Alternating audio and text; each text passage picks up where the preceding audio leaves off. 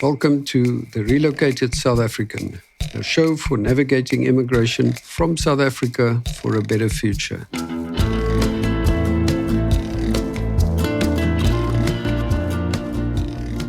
Today we're joined by Hester and Johan Pieterse from Cape Town, back in South Africa after spending a number of years in Ireland. But I will let them tell the story. Welcome, Hester and Johan. Lovely to have you on the show. Hello. Thanks. Okay, so your kids, I mean, it's always a question when one immigrates and so on. A lot of people say they do it for the future of their children. You have kids? Yeah, we've got two kids, a 5-year-old and a 7-year-old. So we're both born in Ireland. Yeah. Okay, so they're Irish citizens and they were born there. Yeah. Was it difficult to keep the English and Afrikaans going? The English picked up quickly as soon as they went to creche, but we just continued speaking to them in Afrikaans at home. Sometimes they will speak English to us, but we will just respond in Afrikaans just to keep the language going, yeah. Yeah, I can imagine. So if we go back to, 9 years ago, that was 2016, is that when you left? Yes. What kind of made you decide to leave in the first place? We weren't actually looking to go abroad, but one of Johan's colleagues that used to work with him went abroad to Ireland, and he contacted Johan and said, listen, here's an opportunity and I think it's perfect for you. Do you want to apply? And we were like, oh yeah, why not? It sounds like an adventure. So, yeah. Yeah, we never visited Ireland before, nothing. It was like, I think it was a month and a half later since, after the interview, and we literally were on the plane, or I was on the plane over to Ireland for the first time. So it was really like a quick decision to say, like, why not? Yeah. Wow, that's amazing. Yeah, it's sometimes easier to do it that way because if you plan it too long, you start seeing many other things. And career-wise, you guys both worked in Ireland? Yeah. For the first few years, I didn't work, so I fell pregnant not too long after we arrived in Ireland. So I took a while before I started working. I only started working in 2021. So I took a few years off. But yeah, Johan worked there. Yeah, no. So I went over and then continually worked from that side. Yeah, he's a software developer and I'm a town planner. Okay, that's very interesting. Yeah, I mean, there's so many software people and IT people living there. Town planning is an interesting one. Did you work with the counties or? Yeah, I worked at Kildare County Council while I was there. Really enjoyed it. Had wonderful colleagues, and I actually took a career break. They said, "Why don't you take a career break and then?" If you get to South Africa and you decide you want to come back, then you can. So I took a career break, and it can be extended up to 5 years. But the plan is not to make use of it, but it's nice to have in your back pocket. That's a really good opportunity. And obviously you lived through COVID in Ireland. Yeah. What was that like? I still remember the day we were driving and on the radio, they announced that the schools and the creches will be closed. And I was like, what now? Like, what do you do with the kids? Yeah, I can just imagine. It must have been tough. Wow, we were in South Africa. We literally left South Africa on the first non-repatriation flight out of South Africa on 1 October 2020. So literally we had a repatriation ticket, and then when they changed it, the travel agent managed to get us on a non-repatriation flight. So that was an interesting time. I guess that's when we decided to leave, because our kids all live overseas. My daughter's in Dublin, my son is in Dallas, and my wife's daughter's in Isle of Man, so we only have one son in Johannesburg still. But And during the time that you were in Ireland, were you able to get back to South Africa? Yeah, we traveled. We tried to do a yearly trip to South Africa for a month, but obviously not during the COVID times. But yeah, so we came back most years. I think the first year we didn't because I was pregnant. But your parents came over. Yeah, but the rest we did a yearly trip for a month. Yeah. Yeah. Initially we were like, let's do it over Christmas to be with family, like beginning of December. And then we realized, but it's actually better if you do it in January, because then it's easier to break up the winter that way. Yeah. It's like you have all the excitement leading up to Christmas with the kids and everything and New Year's. And then when January hits, it's like, it's very quiet. And we're like, then we need to go to South Africa to get some sunshine.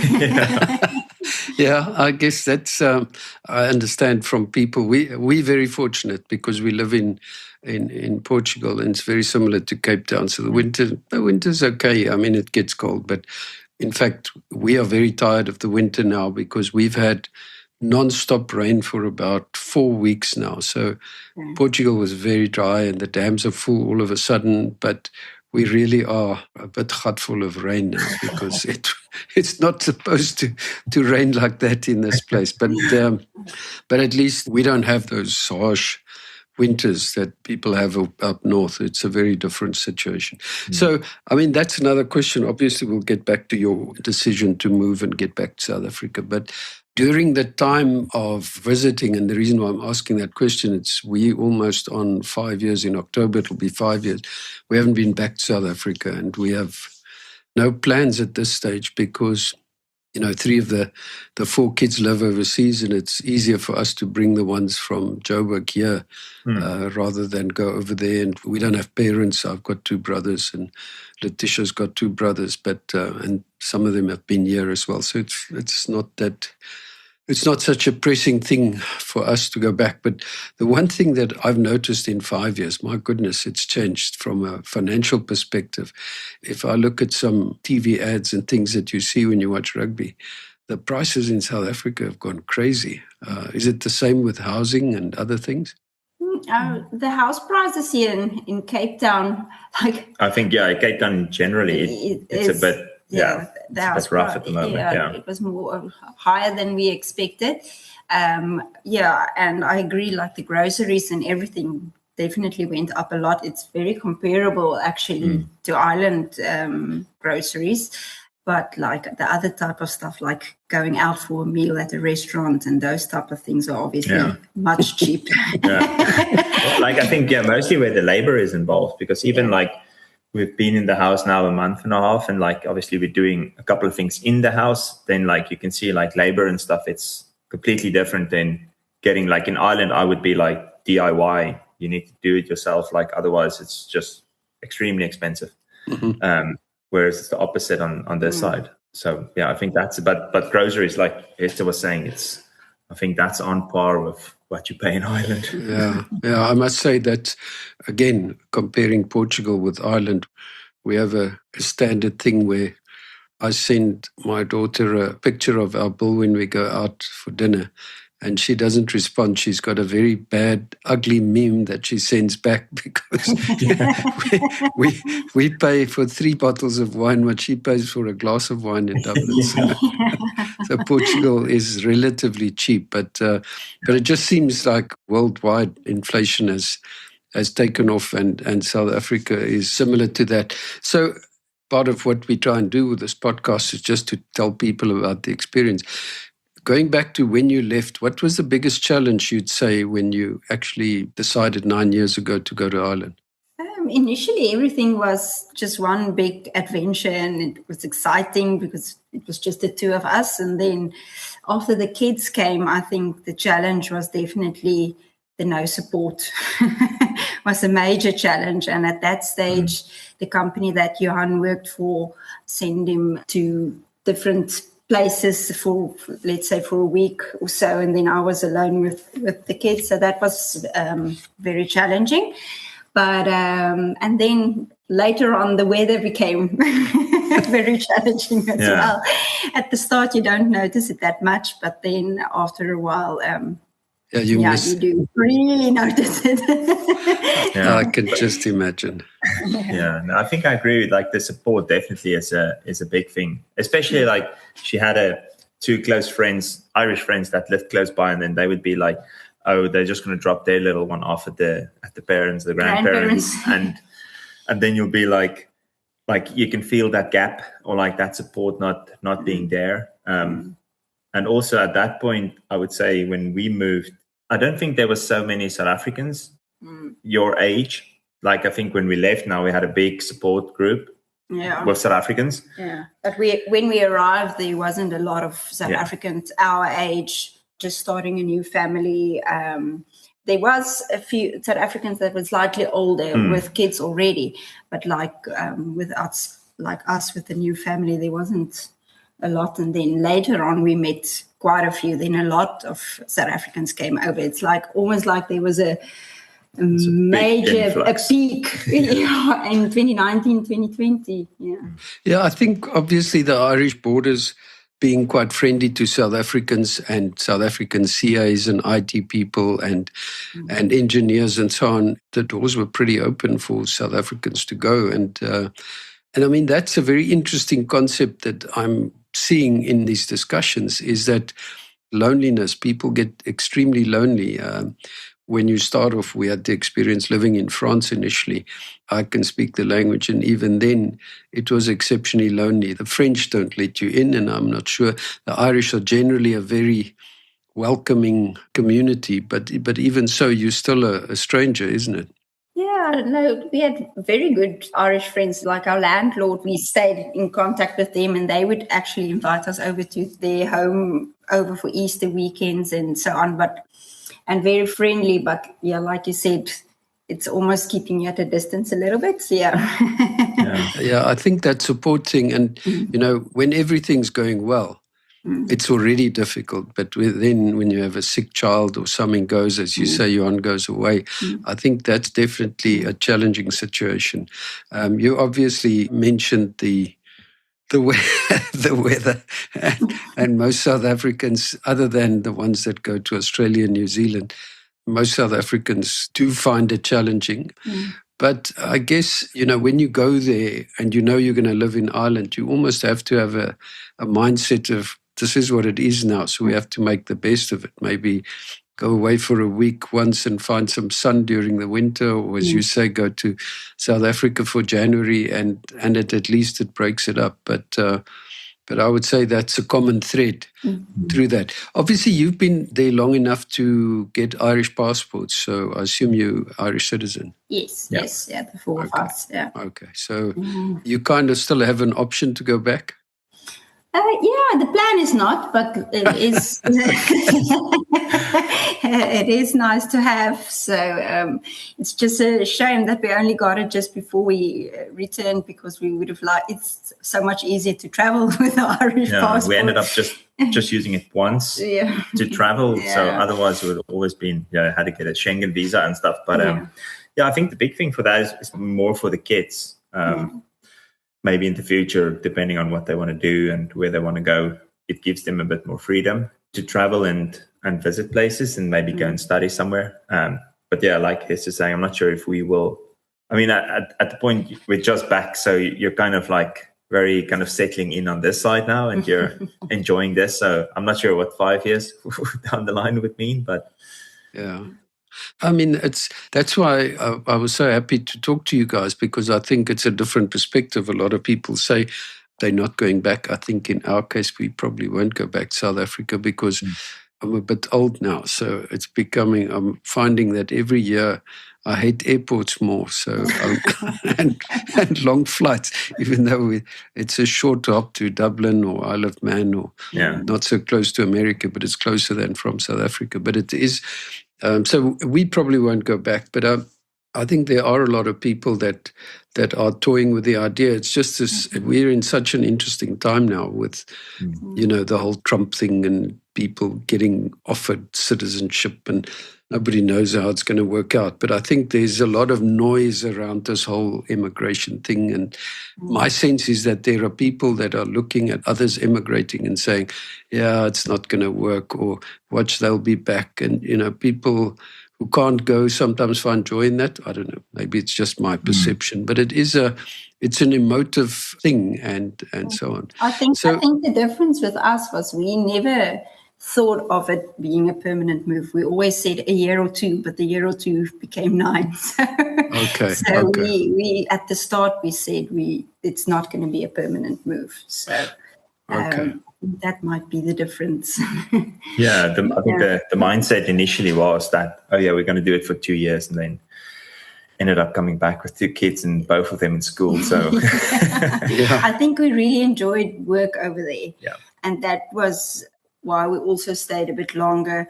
I enjoyed my work. Yeah, It's really sad to leave my work, and luckily Johan could stay on with his. But I think, Are you still working for the same company, Johan? Yes, so I stayed on for the same company. They do have offices here in Sandton in Johannesburg, but I'll be doing full remote from Cape Town, which is it took a while. There was a bit of a process to get through, but I've been with them now 6 years, and so at the end it kind of worked out nicely that you don't have to, you're still worried about it because you didn't know if it was going to come through or not. Do you then need to at point 99 need to go for interviews to secure a job on this side? But when it all came through, it definitely made that move easier. Because we pushed the move a bit so that the kids could start school in January. So of course, yes, in South Africa. We were a bit pressed for time, yeah. Yeah, we were still thinking somewhere this year, and then we were like, but why don't we just put them in January from the new school year, put them in and let them settle in with potentially other new kids in the school and stuff. So then it was, Hester was pushing for a date. And the moment you do that one-way ticket, I think that is very scary. To book a one-way ticket is not something you do. Yeah, you stop watching the news on both sides. But just back to Ireland, if you think back to Ireland, obviously the weather was a major factor. Was that the major issue for you, or the pull from family, or the? I think the weather and the family. So okay. Our parents are still here in South Africa, and his brother is still here, and 2 of my brothers are still here in South Africa. Only one of my brother in January moved to Berlin. But yeah, so family definitely is a big drawback. That's a huge thing. I mean, we have a very big expat community here where we live. And, well, they're from everywhere, but mostly English, a lot of Irish, a lot of Swedes.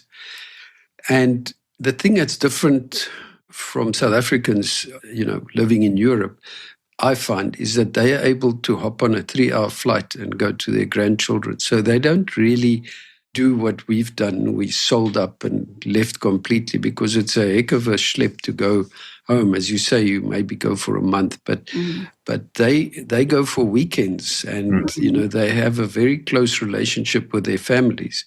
So it is a bit of a different dynamic. So it's a much bigger decision, I would say, for you guys than what it would be for somebody moving back to London, for instance. Yeah, no, I think still Cape Town is very far from Johan's mom and from my parents, because my parents is in the Eastern Cape and his parents mom is in the Northern Cape. But still, you can hop in a car and get to them if you really need to. Yeah. So that's a major difference. Okay, and the other question is, if you, again, thinking about Ireland, if you were faced with that same choice today, would you have done it differently? Would you have done the same thing? Oh, no, I think we have no regrets. Glad we went to Ireland, enjoyed our time there. There was challenges, but we still enjoyed Ireland, and Ireland was very good for us, and we ended up with very good friends over there, like friends that's like family. So, because that's what they are. If you in a different country, your friends become like family. So there are no regrets, but we're glad to be back. Okay. Yeah, I think what made it easier was that we didn't have kids at that point. Mm-hmm. I think if we're in this position now with kids, it's definitely, I think it adds to the decision of doing it. But I think for the stage we were in then, it kind of made it easier. And like, if you're in that position again, I would definitely like we said, no regrets. It's absolutely Ireland was really good and really well for us, and we enjoyed it. But I think with kids, it definitely adds to it, the unknown. I think the stuff you know now that you didn't know before, I think that's definitely something that a lot of people underestimate, is the bureaucracy and the red tape even though it works better maybe in some places than in South Africa, but there's still a lot of stuff that you got to get through if you move abroad. And our biggest challenge was wherever we went, they said, what's your address? We said, well, we're still looking for an address. You can't do anything without an address. Couldn't open a bank account, couldn't buy a car, couldn't do anything. Yeah. And so if I was to give someone advice, I'd say, try and sort some of that stuff out before you go. But I mean, in the end, it's a massive adventure. And we faced that in Holland for a few weeks, and then COVID, and then in France, and then here. So we've been through. We're red tape experts, I would say. but people tend to underestimate it. Just one last question about Ireland.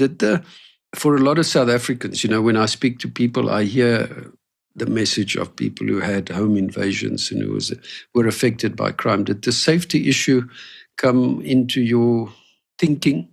In South Africa or in Ireland? No, in Ireland. The thought of going back was safety. Funny enough, we've never been a victim of crime in South Africa, but in Ireland, our TV, our car, our laptop,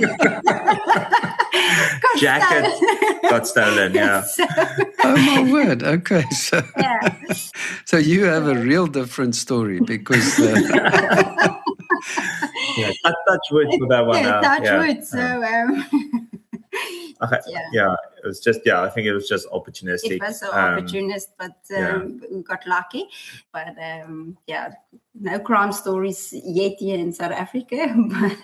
Yeah, but you tend to have a little bit of a different mindset when you're back there, I suppose. Yeah, no, definitely. You're a bit more like Johan said, he was an opportunist. So we went actually home. It was his brother who stayed in our house, and he didn't lock the door properly because in Ireland you have to lift up the handle before it locks, and he just locked it and it didn't lock properly. So the guy took a chance and tried the door, and it was open. So I must say. And his brother was asleep upstairs, so they came in. So I suppose it can happen anyway. We have some petty crime, but I must say we met through cycling, and we cycle a lot. And I guess that was something that we were particularly aware of. In Cape Town, there were a lot of hits on people with bikes and so on to steal phones and bikes. So we were very aware of that. And when we rode in Cape Town, in Stellenbosch, I always had a taser with me. Not you have to get close to a guy to tase him, but still, it kind of gave you some comfort. And the one thing that we found in France, in Holland and Portugal is it's so weird to see a woman on her own riding a bike or running in the countryside, where I went for a ride today, and it's completely platteland, as you say. There's nobody, there's farms and farmland, and there's no big fences. So that's something that we've become very aware of. Our doors here where we're staying, we can't lock them. If we go away, we put the shutters down, the electric shutters, but we don't sleep with that. So literally, if they can empty the house at night because the locks don't work, we don't know how to get them to work. But yeah, so that is a big issue for a lot of people. But I think you are very fortunate that you haven't been, and that's not a big thing, that you have to contend with and that you have to consider. And let's get to the decision to go back. It was always a decision. So, weather, family, and so on. The idea of bring your kids back to South Africa, was that a major factor in your thinking? We're coming back to the issue of weather. They say there's no such thing as bad weather. It's just like bad dressing or bad clothing. Bad clothing. But unfortunately, Johan and I didn't grow up in Ireland. So if I dress Mandy and Stefan in their wet gear, I need to go out with them. And I don't particularly enjoy walking in the rain.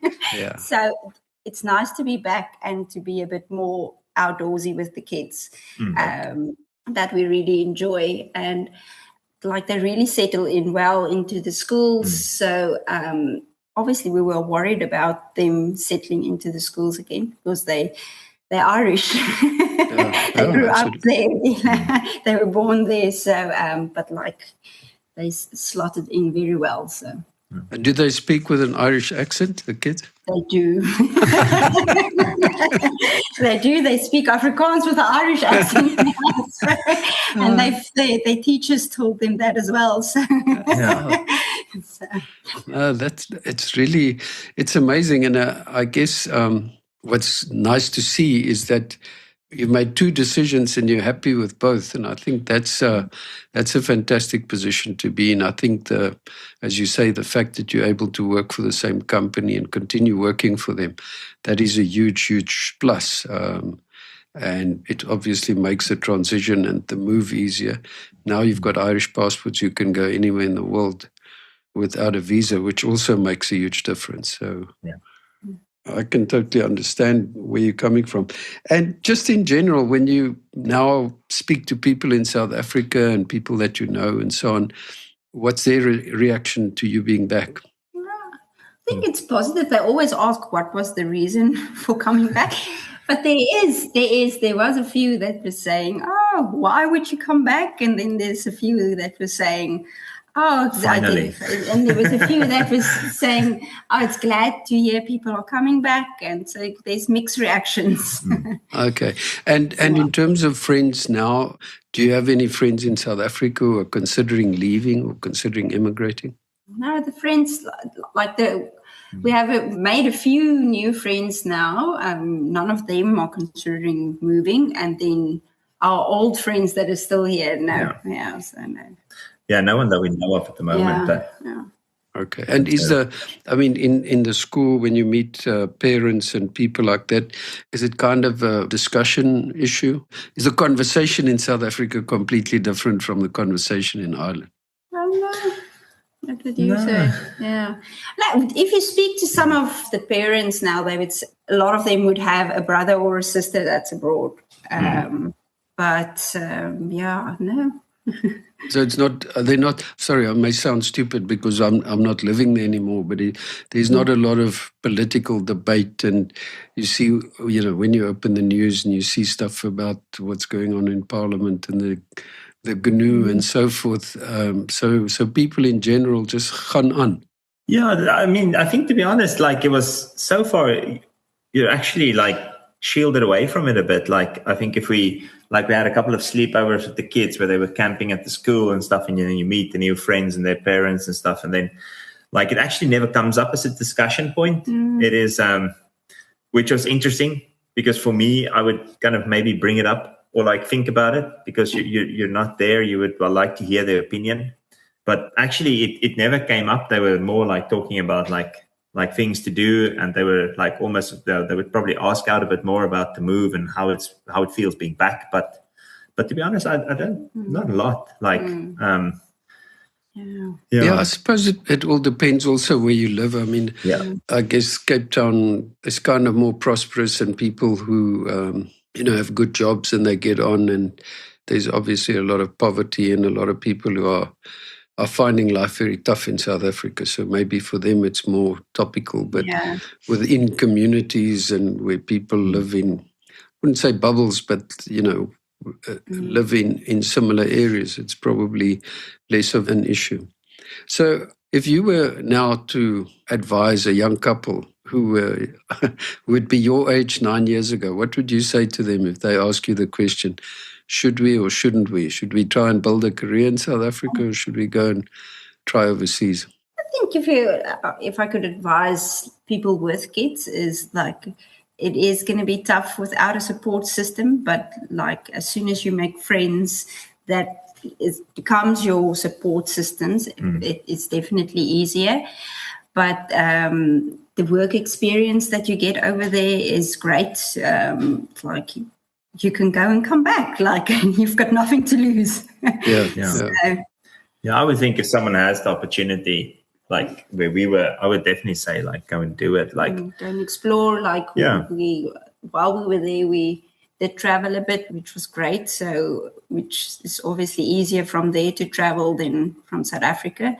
So, if you're just a single couple without kids, it's definitely a no-brainer I would say. Yeah. But I think it's also very personal. It depends on where you are. Yeah. I think a lot of people would it depends how a lot of people they would react to it differently. Like we know a lot of people that moved there with friends, with kids, and are very happy. And then maybe people without kids that ended up maybe going back. So I think with kids, you just need to do a bit more research to know what you're kind of in for in terms of with the kids and everything, and where you want them to settle in and schools, and kind of do that research. But I would say definitely I think work experience, just general life experience, it's a really good thing if you have the opportunity to go. I think one thing that I'm getting from this conversation is that, again, I'm looking at my own situation. I said the reason why it's working for us is we're saying we're not going back. So that's not an option. So we kind of moved 4 times in 3 years. So now we're saying, okay, this is it. If there's a box going out of here, I'll be in that box. So I sometimes say, if you look over your shoulder and say, maybe I'll go back, then you will go back. I think in your case, what you're saying is we were always going to go back. We've just executed on our plan. And I think that's a very different dynamic to people who went happy or had to go back because things didn't work out and so on. So I must say, I really like your openness about that was always your decision to go back. And I think that's awesome. The things that you miss about Ireland, Guinness. Yeah, I must say it was weird to miss out on a St. Patrick's Day now. And people say, when I speak to Irish that we play golf with and we see around here, they always say, you can't produce Guinness outside of Ireland. It's just not the same. I think I think Johan missed going into the office. He missed that interaction with his colleagues. And I also miss my work in Ireland. I think friends, I wouldn't say we miss the winter, but when it's summertime and it's good, I think it's a great place to be. It's nice weather, it's long days, it's not too warm and stuff. So I think we're definitely gonna miss that bit also.